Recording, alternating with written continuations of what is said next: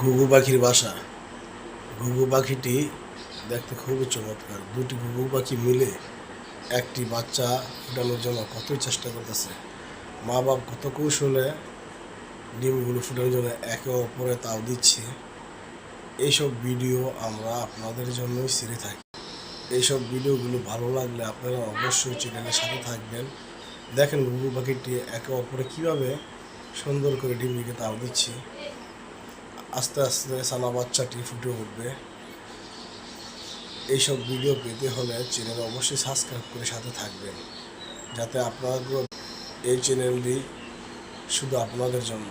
আপনার এই চ্যানেলটি অনেক সাবস্ক্রাইব করবেন, লাইক দিবেন, যাতে এইসব ভিডিও আমরা কালেকশন করে আপনাদের দিতে পারি।